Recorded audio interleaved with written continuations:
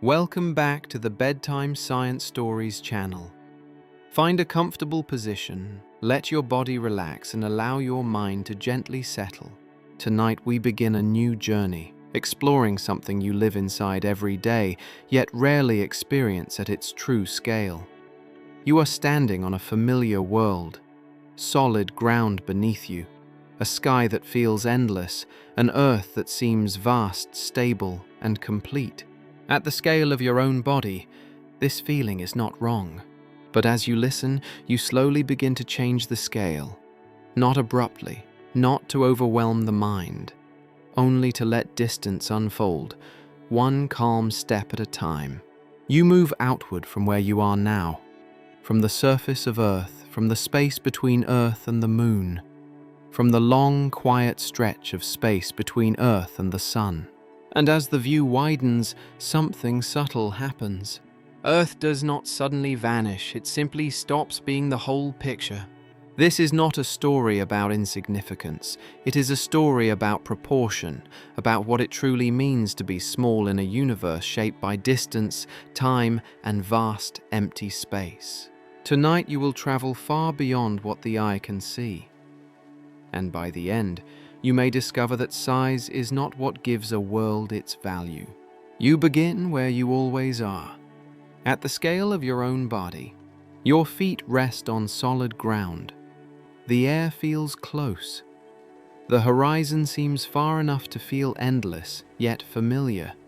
From this perspective, Earth feels large, stable, complete. It feels like a world that can hold everything that matters to you. At the human scale, this perception makes sense. Your brain evolved to understand distances measured in steps, minutes, and days. Mountains feel immense. Oceans feel wide. The sky feels impossibly high. And in this moment, none of that is an illusion. But now, without urgency and without pressure, you allow the scale to gently change, not to diminish where you are, only to widen the view. As the camera of your imagination begins to pull back, Earth remains recognizable. Continents hold their shapes. Clouds trace familiar patterns. The planet still feels substantial, still feels important. Yet even at this first step outward, something subtle begins to shift. Earth is no longer the entire frame. It is an object within it. From orbit, the planet becomes a sphere suspended in darkness. A thin layer of atmosphere clings to its surface like a breath held carefully in place. Everything you know, every city, every language, every memory exists inside that delicate shell. The scale has changed, but not dramatically, not yet. Now you move farther back. The moon enters the picture, not as a nearby companion, but as a distant neighbor across an expanse of empty space. When diagrams show Earth and the moon side by side, they often compress the distance between them. In reality, the gap is vast. If Earth were the size of a basketball, the moon would be a small marble placed roughly 30 basketball diameters away. Between them is almost nothing. No hidden structure, no invisible bridge, just space. 30 Earth diameters of silence. This is the first quiet shock of scale. Not because of size, but because of emptiness. Space, you begin to notice, is not filled. It is mostly absence. This distance is not dramatic in a cinematic sense. There are no explosions, no visible forces pulling at the eye. There is only separation. A clean, uninterrupted stretch of nothing, held together by gravity and motion. Silence is also a kind of data. As you continue outward, Earth and the moon become a pair, then a single point. The sun now enters the frame, not as a warm presence, but as a distant source of structure. The distance between Earth and the sun is defined as one astronomical unit, about 150 million kilometers. Light, traveling at its absolute cosmic speed limit, takes a little over 8 minutes to cross that space. 8 minutes. If the sun were to disappear in this moment, Earth would continue its orbit for 8 full minutes, unaware that anything had changed. Daylight would persist. Gravity would still feel steady. Reality would lag behind the truth. Numbers whisper more than they speak. To understand this distance intuitively, scientists often use scale models. In one such model, Earth is represented by a peppercorn, a small dark speck resting on your fingertip. At this scale, the Sun becomes a large beach ball, nearly 10 meters away. Between the peppercorn and the beach ball is empty space, not gently empty, vastly empty. You could walk the distance between them and see nothing of interest along the way. No debris, no markers, just air representing the void that dominates the solar system. This is not a flaw in the model, it is the point. When you imagine space, it is tempting to picture crowded orbits and tightly packed planets. In reality, matter occupies only a tiny fraction of the available volume. The solar system is not a collection of objects separated by modest gaps. It is a sparse structure embedded in overwhelming emptiness. And this pattern does not change as you move outward. It intensifies. Even at this early stage of the journey, Earth has already begun to lose its visual dominance. It is still important, still meaningful, but it no longer defines the scale of the environment it inhabits. You are beginning to see the universe as it actually is. Not dense, not crowded, but stretched thin across enormous distances. This realization does not demand fear. It invites perspective. Space rarely gives us simple answers. At the human scale, Earth feels large because your life unfolds within a narrow band of distance and time. But the universe operates on scales that do not prioritize comfort or intuition. It follows structure, gravity, and geometry, indifferent to how those scales feel to you. As the zoom continues, Earth fades from a world into a point, and soon even that point becomes difficult to distinguish from the surrounding darkness. This is not because Earth has lost its value, it is because scale has no concern for meaning. What you are experiencing now is the first true adjustment, a recalibration of perspective. A gentle but irreversible shift from personal scale to cosmic scale. And as the silence grows and the distances stretch wider, one truth becomes increasingly clear. In the universe, size is not a measure of importance, it is only a measure of distance. As your view continues to widen, one presence begins to dominate the structure of everything you see. Not through brightness or drama, but through mass. The sun. From a distance it may feel familiar, a daily companion, a source of warmth and light that marks the rhythm of mornings and evenings. But when you step back and look at the solar system as a whole, the sun is not simply one object among many. It is the system. More than 99.8% of all the mass in the solar system is contained within the sun. Every planet, moon, asteroid, comet, and grain of dust combined accounts for just a fraction of what the sun holds alone. This is not an abstract statistic. It is a structural truth. Gravity follows mass, and mass defines architecture. The paths traced by planets, the shape of orbits, the long-term stability of the solar system all arise from this quiet imbalance. The sun does not dominate through forceful action. It dominates by being overwhelmingly present. Numbers whisper more than they speak. To appreciate this dominance, consider volume.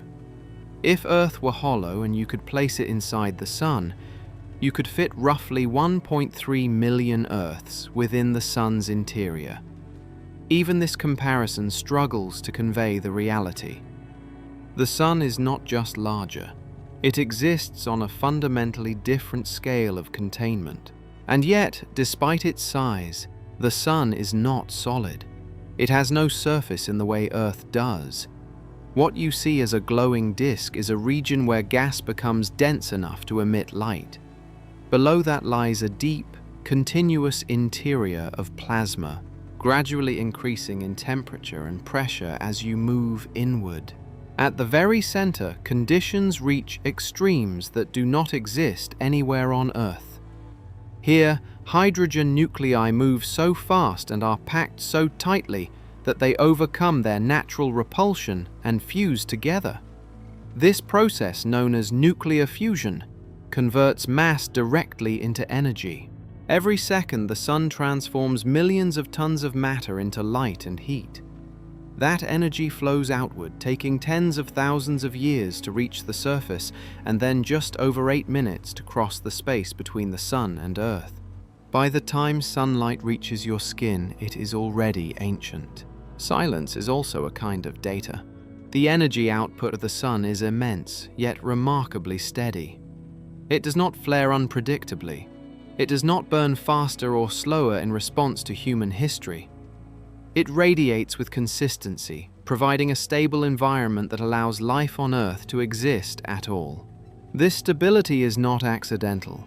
It is a function of balance. The inward pull of gravity is precisely matched by the outward pressure produced by fusion. If either were to gain the upper hand, the sun would change dramatically. Instead, it remains in equilibrium, quietly holding itself together. This balance will not last forever, but it lasts long enough. The sun is approximately 4.6 billion years old. It has already spent nearly half of its life gently converting hydrogen into helium. Based on what astronomers understand about stellar evolution, it will continue in this stable phase for another 5 billion years. From a human perspective, this timescale is almost impossible to grasp. Civilizations rise and fall in thousands of years. Species evolve over millions. The sun measures its life in billions. And even then, the end of the sun will not be sudden. When its core hydrogen supply begins to diminish, the sun will slowly change. It will expand, becoming a red giant. Its outer layers will drift outward. Eventually, it will shed them entirely, leaving behind a dense core known as a white dwarf. This is not a violent ending. It is a gradual transition. Space rarely gives us simple answers. What is perhaps most surprising is that the sun is not special. It is not unusually large. It is not exceptionally bright. It is not rare. In the vast population of stars that fill our galaxy, the sun is considered average. It is a single star among hundreds of billions in the Milky Way. A yellow dwarf, neither massive nor small, neither short-lived nor long-lived. Many stars are far larger, burning hotter and dying faster. Many are smaller, dimmer, and capable of shining for trillions of years. From the perspective of the galaxy, the sun does not stand out. Yet, from the perspective of life on Earth, it is everything. Every ecosystem, every climate pattern, every chemical process that supports biology traces back to the sun's steady output. The energy stored in food, in forests, in fossil fuels, all originates from sunlight captured long ago. Your body is, in a very real sense, shaped by stellar physics. As you rest and listen, the sun continues its work without awareness of you. It does not respond to observation. It does not care whether it is understood. It simply follows the rules set by mass, pressure, and time. And those rules scale upward without concern for comfort. As the solar system expands around the sun, the planets become distant companions rather than central players. Even Jupiter, immense as it is, holds only a small fraction of the sun's mass. The sun remains the anchor, the reference point, the quiet ruler of motion. This realization shifts the center of gravity in your understanding. Earth is no longer the focus. Even the planets begin to feel secondary. The solar system is revealed as a structure shaped primarily by one object, vast and luminous, yet fundamentally ordinary by cosmic standards. This is the second adjustment of scale. You are no longer comparing worlds, you are comparing forces. And in doing so, you begin to sense a recurring theme that will follow you outward through the universe. Structure arises not from intention, but from imbalance. Stability emerges not from design, but from proportion. The sun does not matter because it is large. It matters because it is enough. As the night deepens and your thoughts slow, this truth settles gently into place.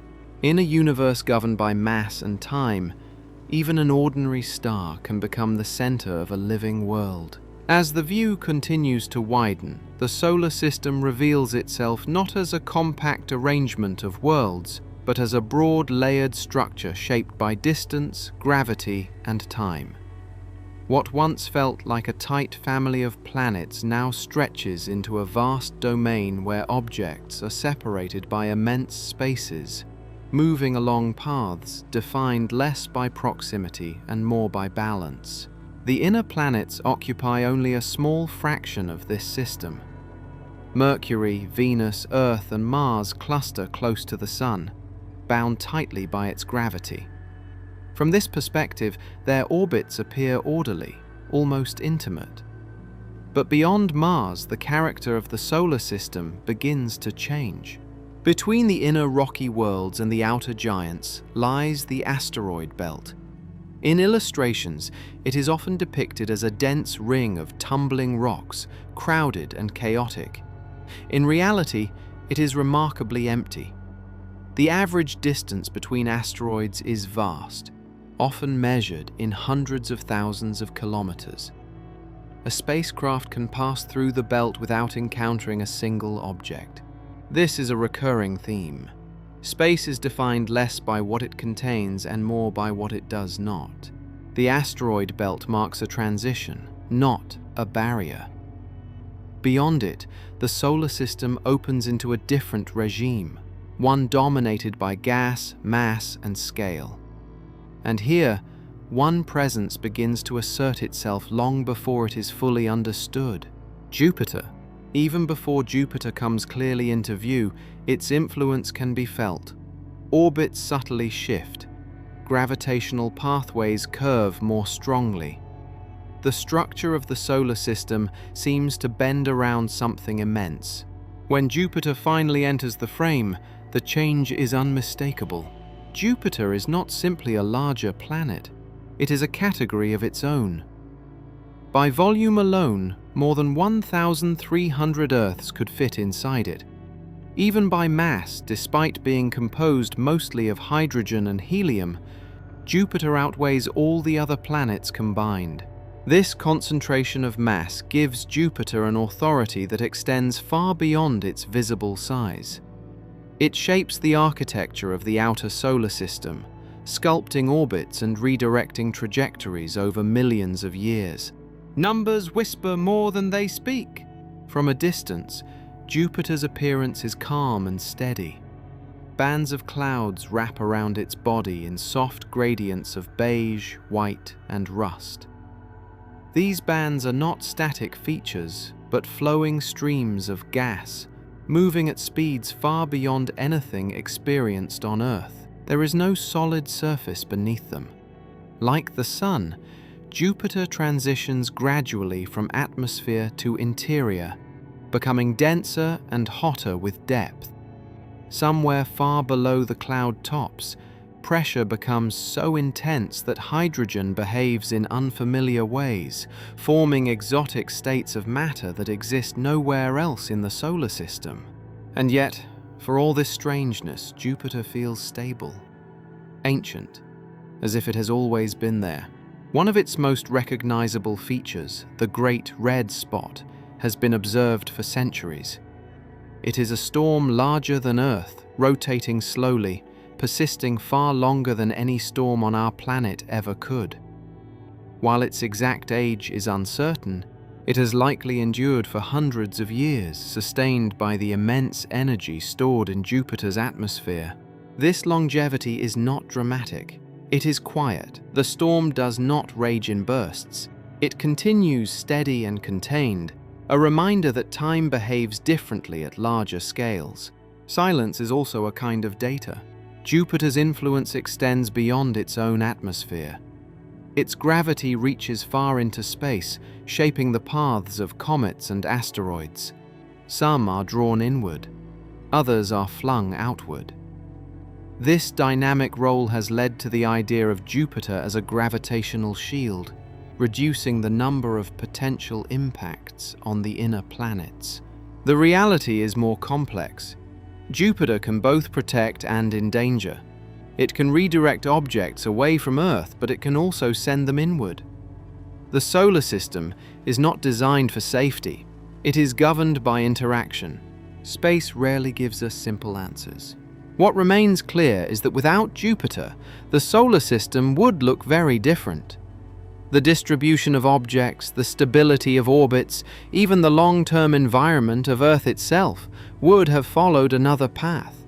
Orbiting Jupiter is a system of worlds that rivals the inner solar system in complexity. Dozens of moons circle the giant planet, each with its own character and history. Among them are 4 large moons discovered by Galileo over 400 years ago, now known as the Galilean moons. Ganymede, the largest, is bigger than the planet Mercury. It has its own magnetic field, a rare feature among moons. Beneath its icy surface lies evidence of a layered interior, shaped by internal heat and long-term evolution. Europa presents a quieter mystery. Its surface is a smooth shell of ice, fractured and scarred with few impact craters. Beneath that ice, there is strong evidence of a global ocean of liquid water, kept warm by tidal forces as Europa is flexed by Jupiter's gravity. This ocean does not sparkle or shimmer. It remains hidden, dark, and silent. Yet it represents one of the most intriguing environments in the solar system for the possibility of life beyond Earth. Io, closer still to Jupiter, is transformed by those same tidal forces into the most volcanically active body known. Its surface is reshaped continuously, driven by heat generated not from the sun, but from gravitational interaction. Callisto, farther out, remains ancient and heavily cratered, preserving a record of early solar system history. Together, these moons form a miniature system, governed by Jupiter's mass, but each responding differently to the same gravitational influence. Diversity emerges not from intention, but from conditions.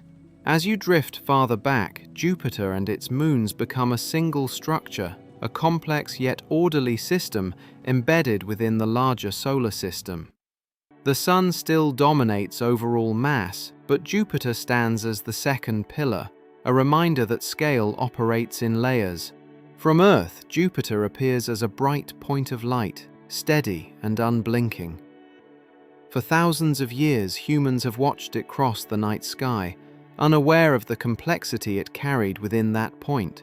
Your ancestors traced its movement with naked eyes.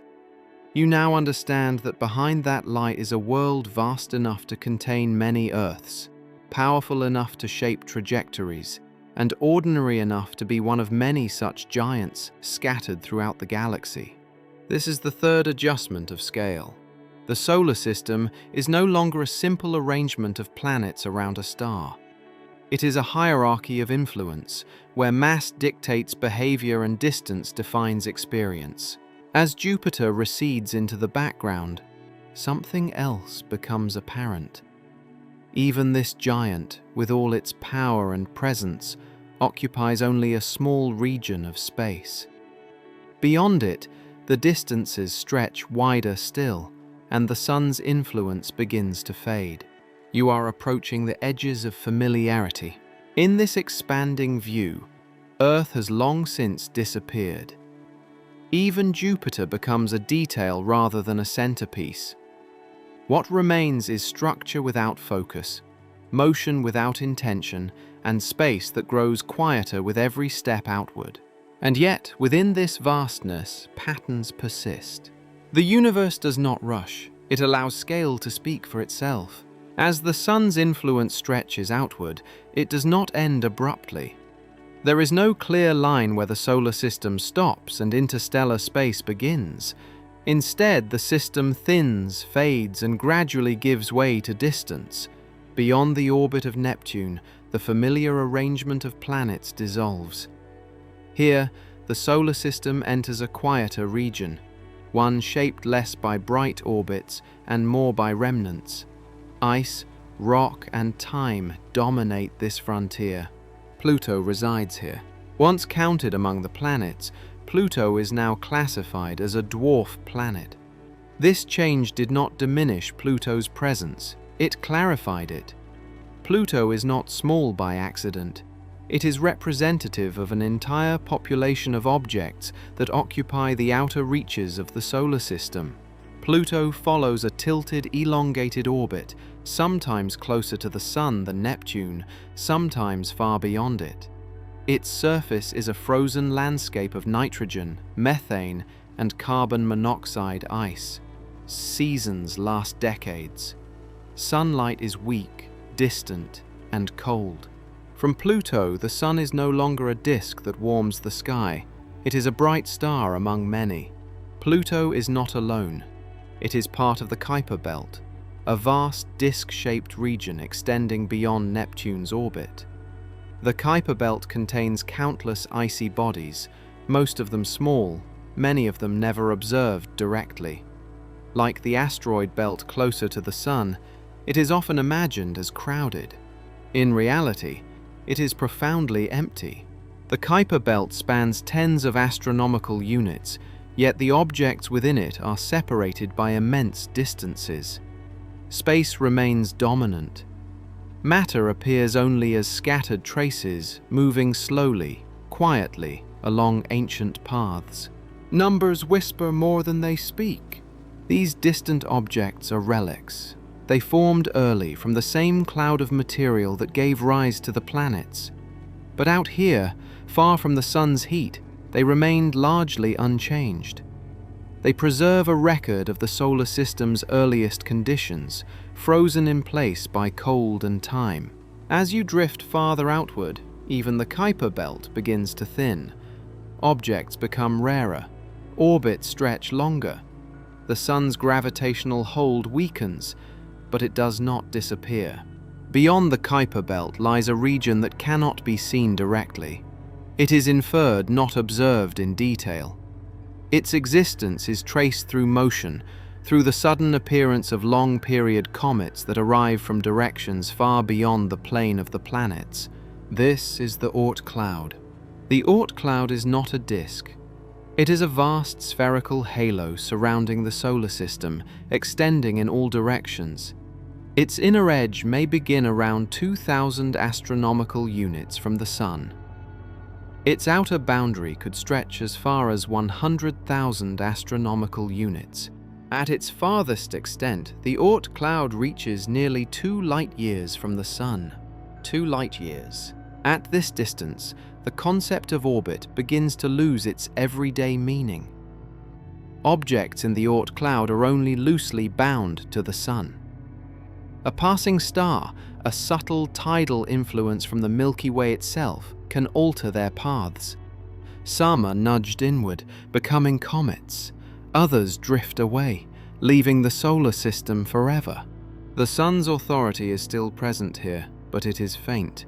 Gravity still whispers, but it no longer commands. Silence is also a kind of data. The Oort cloud marks the true edge of the solar system's influence. Not the limit of light or warmth, but the limit of gravitational belonging. Beyond this boundary, the Sun is no longer the dominant force. The galaxy begins to take over, and yet, even here, the distances between objects are enormous. If you were placed among the icy bodies of the Oort cloud, you would see nothing nearby. No glowing star, no visible structure. Just darkness, punctuated by distant points of light. This region is not empty in the absolute sense, it is empty in the human sense. From Earth, it is easy to imagine the solar system as a collection of planets. From this distance, it reveals itself as a fading imprint, a gravitational footprint pressed gently into the surrounding space. Space rarely gives us simple answers. What defines the edge of a system is not material, but influence. The solar system ends not where objects stop existing, but where the sun's ability to shape their motion becomes uncertain. This understanding reframes what it means to belong. Earth belongs to the solar system because it moves to the rhythm set by the sun. Pluto belongs, not because it was once called a planet, but because its path is still tied to that same central mass. Even the distant comets of the Oort cloud belong, for now, through a tenuous connection that may last millions of years or may be broken by a single passing star. As you rest with this idea, the scale continues to adjust. The sun, once the dominant presence, now feels small. Its reach, while vast, is finite. Its influence, while profound, fades gradually into the background of the galaxy. This is not an ending, it is a transition. You are leaving the solar system not by crossing a line, but by drifting beyond a threshold of influence. And as the sun's pull softens and the darkness deepens, one quiet truth becomes clear. Belonging in the universe is defined not by boundaries, but by gravity. As the sun's gravitational reach finally fades, something profound becomes clear. You are no longer inside a system. You are between systems. The space you enter now is not defined by planets or belts or clouds of debris. It is defined by distance itself. From this perspective, the solar system collapses into a single point of light. The sun becomes just another star, one among countless others scattered across the dark. Earth is no longer visible. It does not fade gradually. It simply falls below the threshold of meaning at this scale. You are now in interstellar space. The nearest star system to the Sun is Proxima Centauri. It lies just over 4 light-years away. This number often sounds modest, as if it were a short step outward. In reality, it represents a gulf so vast that human intuition begins to fail. A light-year is not a measure of time. It is a measure of distance. It is the distance light travels in 1 year, moving at the fastest speed the universe allows. To cross 4.24 light-years means traveling for more than 4 years without slowing, without stopping, without ever encountering anything in between. And between here and Proxima Centauri there is almost nothing. If the solar system were reduced to the size of a coin, the distance to the nearest star would stretch for miles. Not inches, not feet. Miles of emptiness, with no intermediate landmarks, no gradual transition. Numbers whisper more than they speak. This is why the stars you see in the night sky are not neighbors. They are islands. Each star system exists largely in isolation, separated from the next by enormous voids of cold, thin gas and scattered particles. To understand this more clearly, consider Voyager 1. Launched in 1977, Voyager 1 is the most distant human-made object ever created. It has traveled faster and farther than any spacecraft before it. It has left the influence of the planets. It has crossed the boundary of the solar system. And yet even now, Voyager 1 is not close to any star. At its current speed, it would take roughly 73,000 years for Voyager 1 to reach the vicinity of Proxima Centauri. That is not 73,000 years of human waiting. It is 73,000 years of uninterrupted travel, assuming its course remained perfectly aligned. Civilizations rise and vanish in that span of time. Languages are born and forgotten. Entire branches of life appear and disappear. Voyager continues forward, silent, carrying a record of a world that may no longer exist by the time it reaches another star. Silence is also a kind of data. This distance reshapes your understanding of what it means to be close. The stars you see clustered in constellations are not grouped in space. They only appear that way from Earth. In reality, they may be separated by tens or hundreds of light years, aligned briefly by perspective. Interstellar space is not empty in the absolute sense. There are atoms here, and magnetic fields and faint radiation. But on any human scale, it is effectively nothing. A near-perfect vacuum stretching for trillions of kilometers. As you drift deeper into this space, Earth becomes more than invisible. It becomes irrelevant to the frame of reference. Even the sun's light weakens, blending into the general glow of the galaxy. You are now surrounded not by worlds, but by time. Most stars you encounter here are red dwarfs. These small, cool stars are the most common type in the galaxy. They burn their fuel slowly, patiently, conserving energy in a way larger stars cannot. A red dwarf can shine for trillions of years, not millions, not billions, trillions. That span of time exceeds the current age of the universe by orders of magnitude. Some red dwarfs that exist today will still be glowing long after galaxies have changed shape, after stars like the Sun have long faded into remnants. From the perspective of a red dwarf, the entire history of humanity is a brief flicker. Space rarely gives us simple answers. These stars do not blaze brightly. They do not announce themselves across great distances. They persist quietly, steadily, indifferent to observation.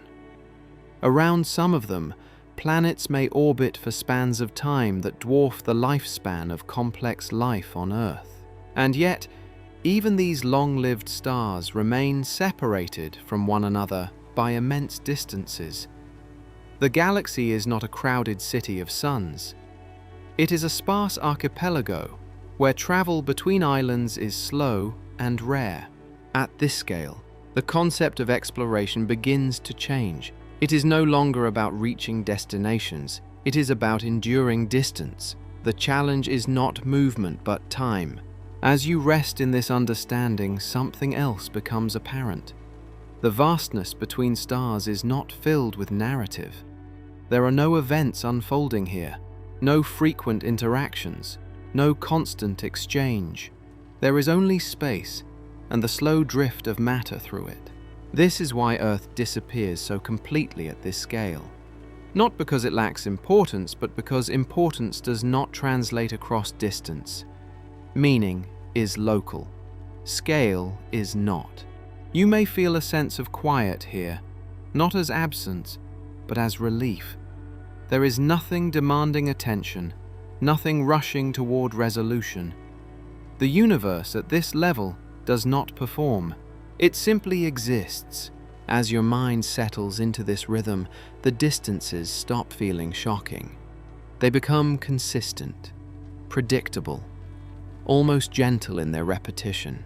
Star after star, each isolated, each complete unto itself. And in this stillness, one thought remains, unspoken but present.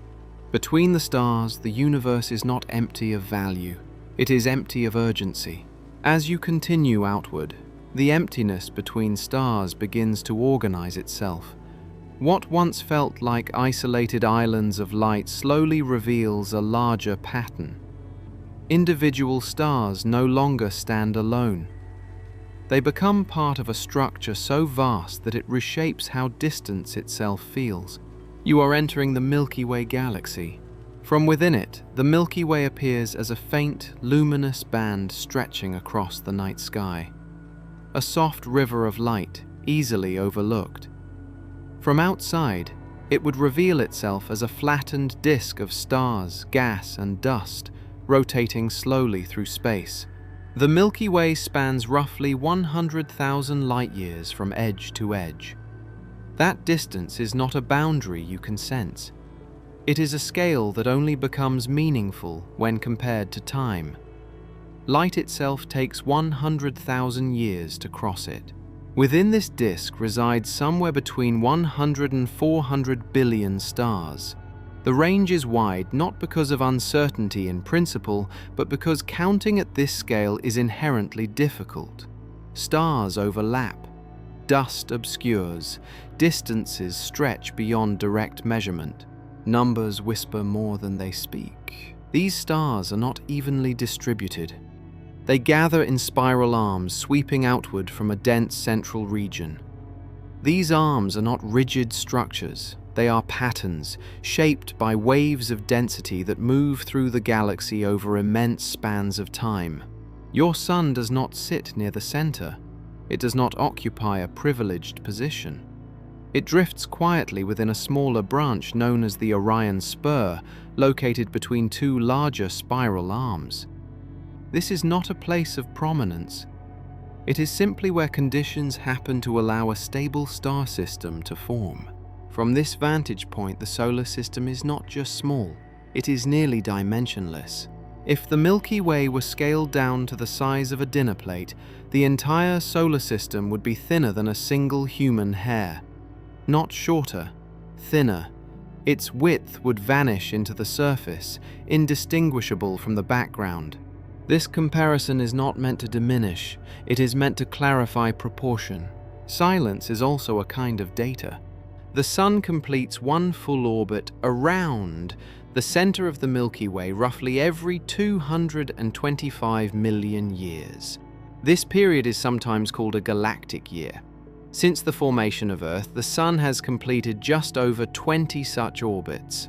Dinosaurs rose and fell during a fraction of one galactic year.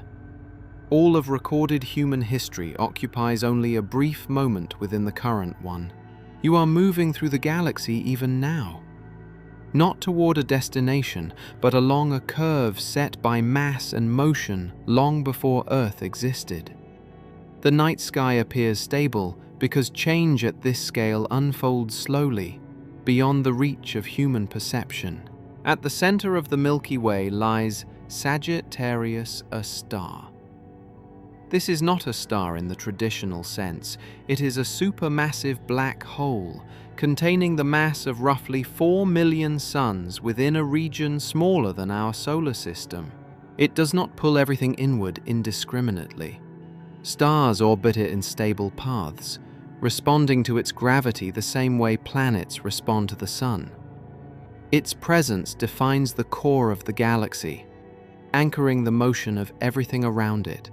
Yet, even this central object does not dominate in the way intuition expects. The Milky Way's structure arises not from one force alone, but from the collective mass of its stars, gas, and dark matter. Space rarely gives us simple answers. As you step back further, the galaxy begins to lose its detail. Individual stars blur into a soft glow.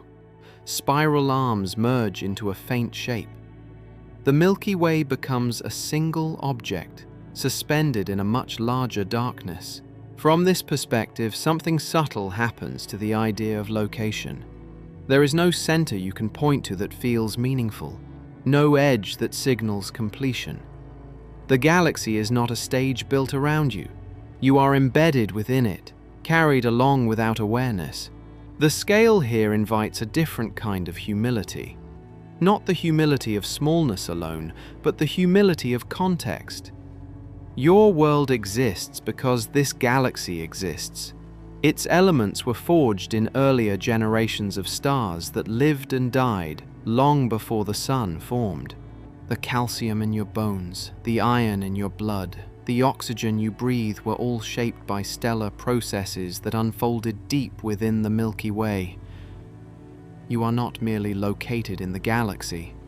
You are composed of it. Numbers whisper more than they speak. And yet, for all its size, the Milky Way is not unique. It is one of many. Its stars shine no brighter, its structure no more refined, than billions of other galaxies scattered across the universe. At this scale, even the galaxy begins to feel temporary. Its stars will age, its gas will thin, its spiral arms will gradually dissolve. Over time, it will change shape, merge with neighbors, and become something else entirely. Nothing here is static. It is simply slow. As your thoughts settle into this pace, the galaxy becomes less overwhelming. Its enormity no longer demands reaction. It becomes a background, a steady presence through which your small, brief life quietly passes. You are not lost within it. You are carried by it. And in this calm understanding, a gentle truth emerges.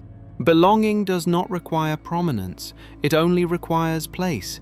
As your perspective continues to widen, the Milky Way no longer feels like a complete system. It begins to appear as one participant in a larger gathering, moving quietly among others through the deep structure of space. Galaxies, like stars, are rarely alone. The Milky Way belongs to a small collection of galaxies known as the local group. This group contains more than 50 known members, though most are small dwarf galaxies, faint and difficult to observe. They drift together through space, bound not by proximity, but by gravity.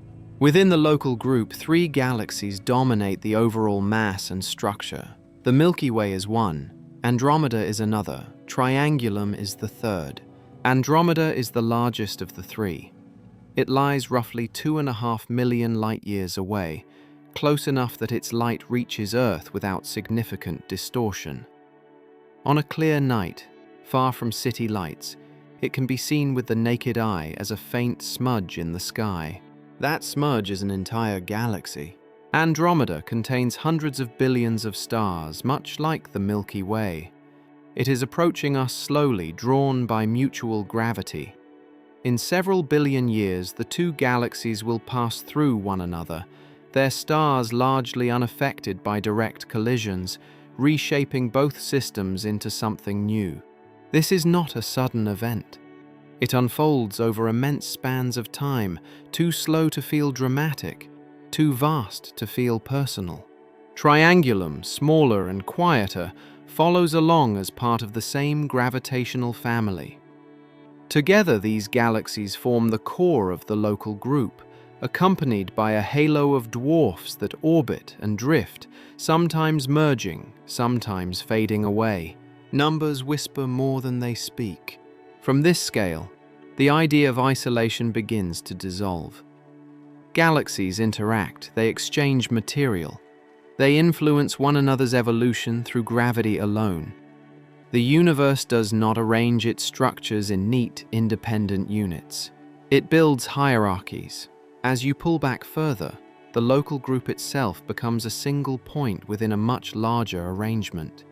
You begin to see clusters of galaxies, gathered together in loose associations that span tens of millions of light-years.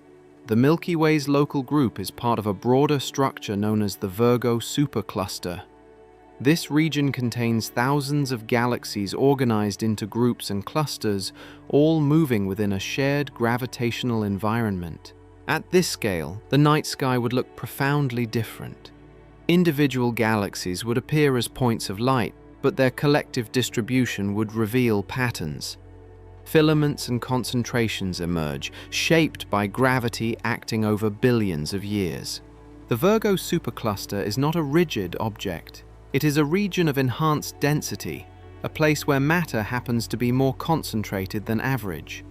Its boundaries are soft, fading gradually into neighboring structures. Silence is also a kind of data.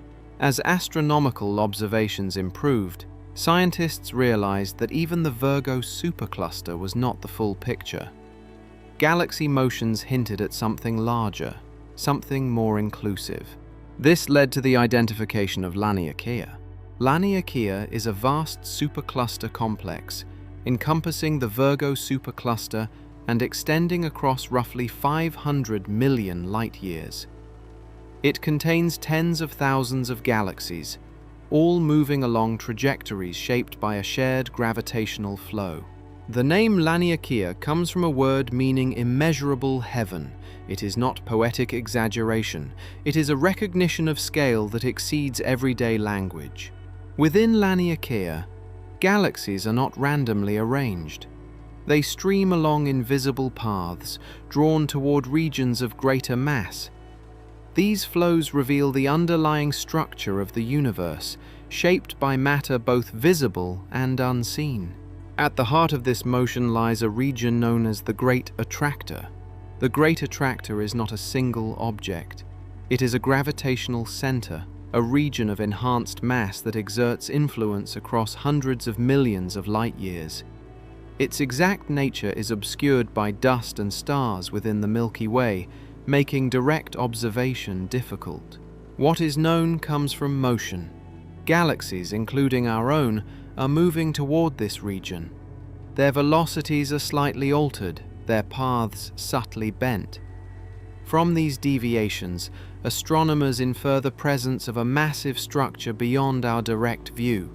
Space rarely gives us simple answers. The Great Attractor is not pulling galaxies inward like a cosmic vacuum. It is part of a larger pattern, a node within the cosmic web where matter has accumulated over time. Gravity does not point toward a single center. It flows along gradients of mass, shaping motion collectively. As you absorb this, the idea of a central position fades further. Earth has no center. The solar system has no center of meaning. The Milky Way is not central. Even Laniakea is just one region among many. The universe does not organize itself around landmarks that matter to you. It organizes itself around mass. Numbers whisper more than they speak. At this scale, human concepts of location become less useful. You are not here or there in any meaningful sense. You are within a flow, moving with your galaxy, your cluster, your supercluster, carried by gravity across distances too large to feel. This does not erase significance, it reframes it. Your existence does not require a central role. It requires only a place where conditions allow awareness to arise. That place happens to be Earth, within the Milky Way, within the local group, within Laniakea.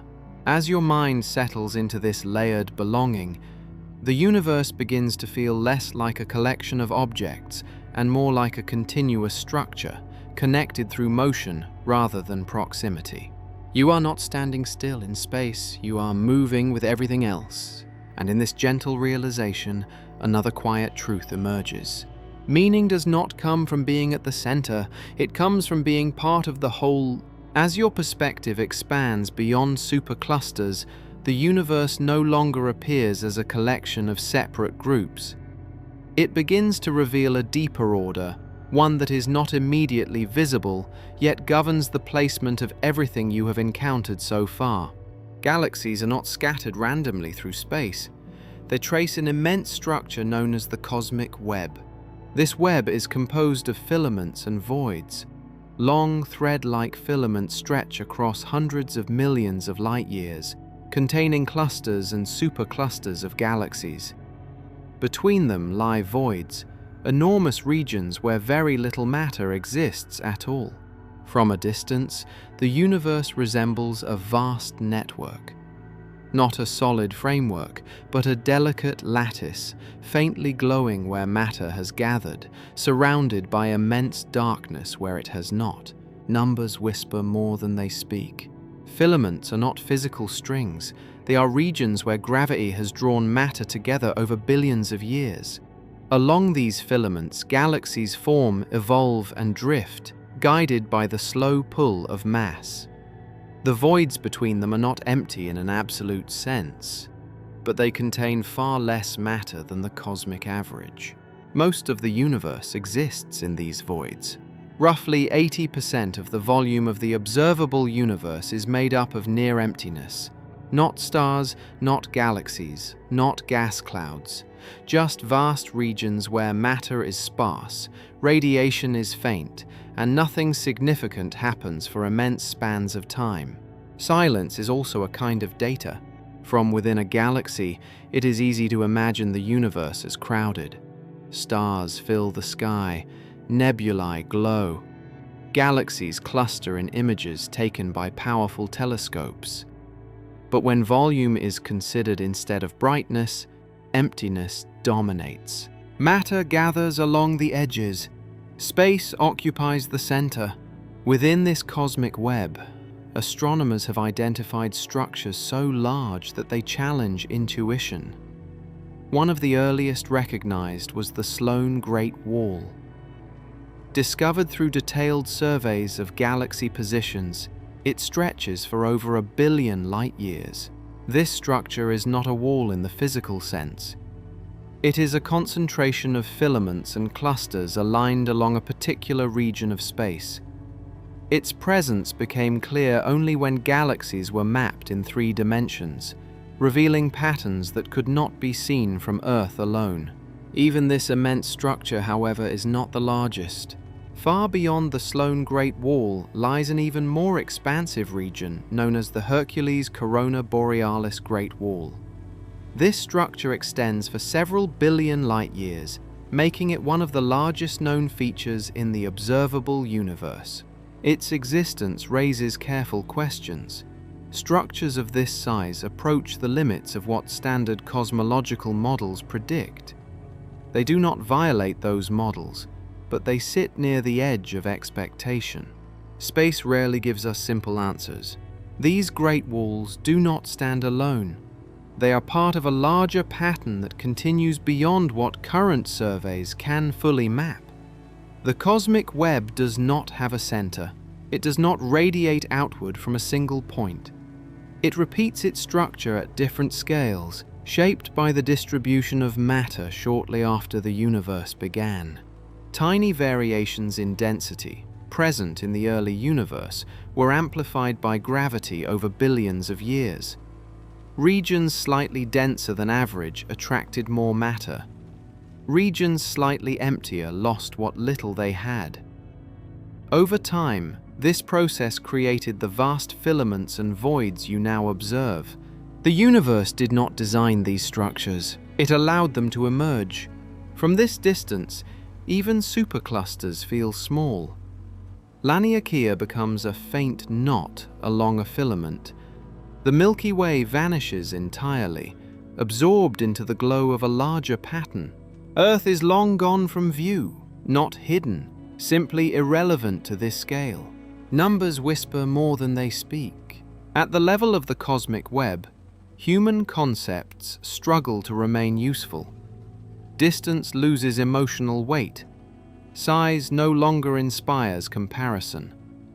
Everything becomes part of a continuous distribution, shaped by forces acting slowly and without intention.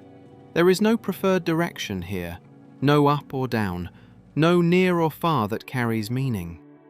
The universe looks similar in every direction, not because it is uniform, but because its structure repeats statistically across vast scales.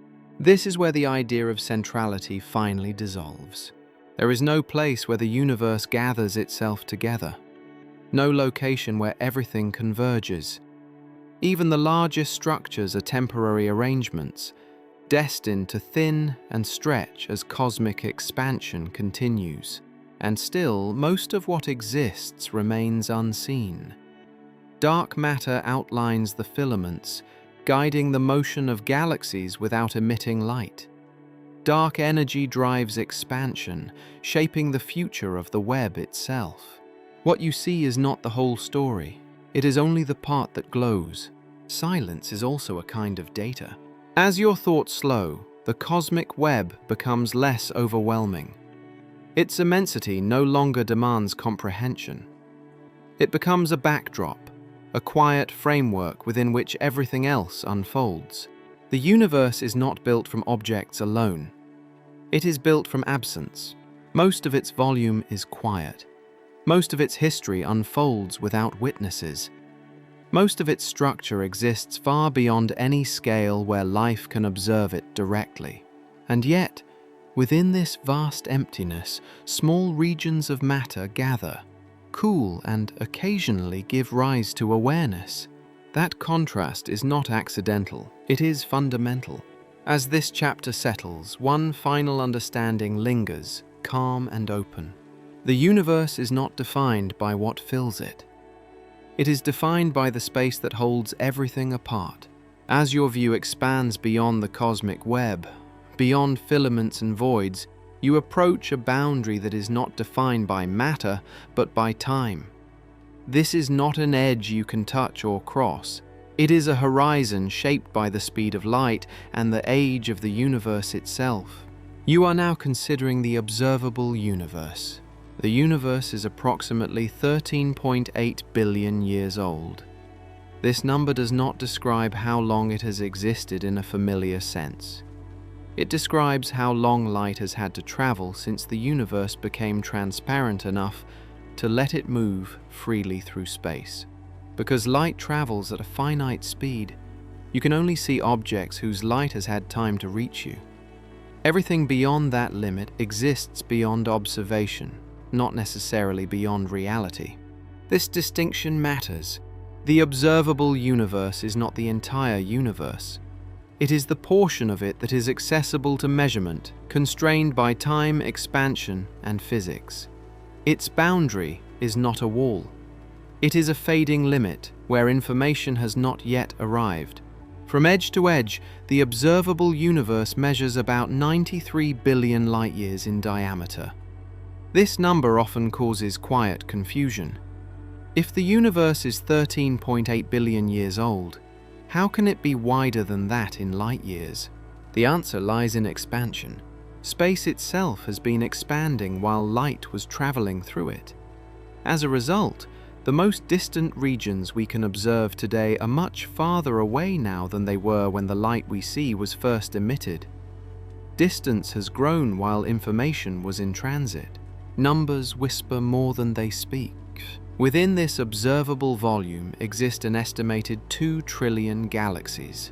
Not stars, galaxies. Each one containing millions, billions, or even trillions of stars of its own.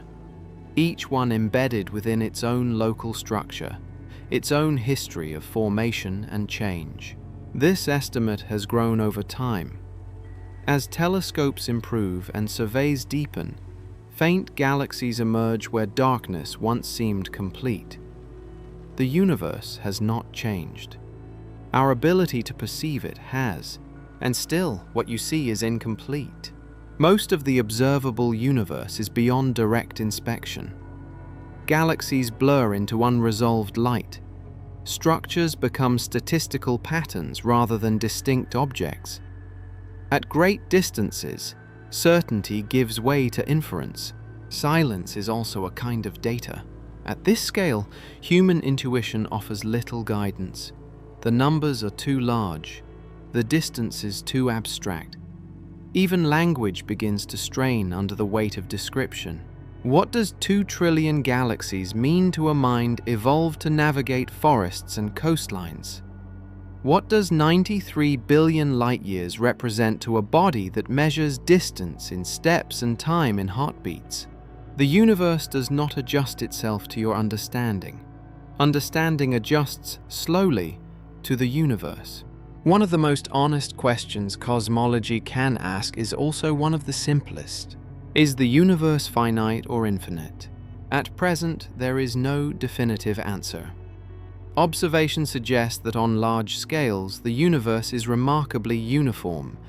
It looks similar in every direction. Space appears flat within measurement limits. These facts are consistent with both a very large finite universe and an infinite one. Beyond the observable horizon, physics does not stop, but observation does. There may be regions of space forever beyond reach, not because they are too far to travel to, but because their light will never arrive. Cosmic expansion may carry them away faster than light can bridge the gap. This is not a failure of technology. It is a feature of reality. Space rarely gives us simple answers. As you rest with this idea, something important becomes clear. The limits you encounter here are not limits of existence. They are limits of access. The universe may be vastly larger than what can ever be seen, or it may curve back on itself in ways that are difficult to imagine. Both possibilities remain open. What you experience now is not cosmic mystery in a dramatic sense, it is epistemic humility. An acknowledgement that knowledge has boundaries shaped not by curiosity alone, but by physical law. The observable universe is not defined by what exists, it is defined by what can be known. And yet, even within this constraint, the amount that can be known is astonishing. Patterns emerge, histories are reconstructed. The story of cosmic evolution is traced from faint radiation to the formation of galaxies, stars, and planets. From a narrow window of space and time, you infer the shape of something vast. Numbers whisper more than they speak. At this scale, Earth has no location worth naming. The Milky Way has no privilege. Even the cosmic web dissolves into a texture rather than a structure. Everything becomes statistical, averaged, smoothed across unimaginable distances. This is not emptiness, it is abstraction. The universe does not present itself as a single object to be grasped. It presents itself as layers of inference, each built on careful observation and quiet acceptance of uncertainty. You are not meant to hold it all. You are meant to glimpse enough. As this chapter comes to rest, one final understanding settles gently into place. The universe does not owe you completeness. What it offers is coherence within limits. And within those limits, awareness finds its place, small, temporary, and remarkably capable of asking where the edges lie. After traveling across distances that erase familiar scales, you now arrive at something more subtle. Not space, but time. Distance shows you how small Earth is. Time shows you how brief it has been. Earth formed about 4.5 billion years ago, long after the universe itself began. When compared to the universe's age of 13.8 billion years, Earth is not ancient. It is a later arrival, formed from material recycled through earlier generations of stars. One way to feel this difference is to compress Earth's entire history into a single calendar year. On January 1st, Earth forms. Its surface is molten, unstable, hostile to life. Oceans do not yet exist. The atmosphere is thick and unfamiliar. For months, nothing resembling biology appears. By late March, the first simple life emerges. Single-celled organisms begin the long, quiet process of replication. For most of the year, life remains microscopic. There are no plants, no animals, no visible ecosystems. Just chemistry slowly learning to sustain itself. By July, oxygen begins to accumulate in the atmosphere. This change is not immediate or gentle. It alters the planet profoundly, reshaping the chemistry of oceans and air. Many early organisms vanish, others adapt. Numbers whisper more than they speak. Complex life does not appear until late in the year. Plants emerge in November. Animals follow shortly after. Dinosaurs arrive around December 13th.